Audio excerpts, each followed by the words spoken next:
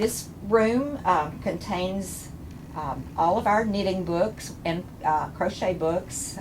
It has books with instruction and patterns, and then I also have a fairly large amount of yarn which is on sale. I try to turn my yarn over quickly so I can order new, and so we always have a lot of yarn in the sale room, clearance.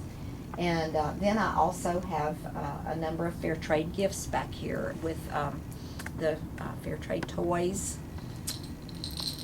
and then some other things. One of my favorites is our pocket disc, which is a fair trade gift item that's a great indoor frisbee, and then some other linens and scarves. This room is kind of a multi-purpose room. It is our checkout counter, but we also have a lot of accessories, some of our needles and stitch markers and just various items that help you to knit and crochet, and I have buttons. And then the most overwhelming item in the room, the most important to many knitters, is sock yarn. Knitters and crocheters too, I think, like a particular size of yarn, weight of yarn that we generally call sock yarn, whether we use it to knit socks or not. It's often very colorful and very fun to use. This is our main yarn room. This is the room you enter when you come in the front door, and it is packed with all kinds of yarn.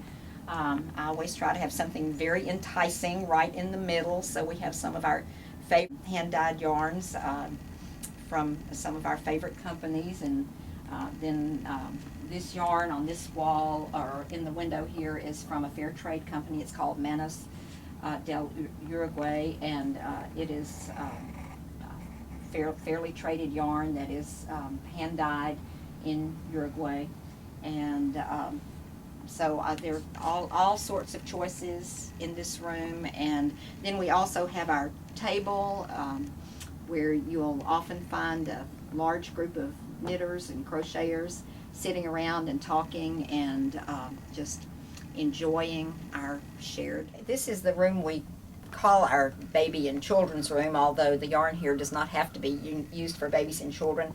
A lot of it is designed to be machine washable and to be used for children's items. And so we have children's books for children's clothing, and then a number of really neat, colorful yarns that are designed for creating garments and hats and toys for children. And then at the moment we also have some of our fiber for spinning.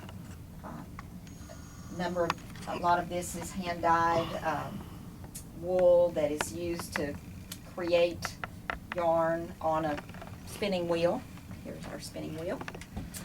And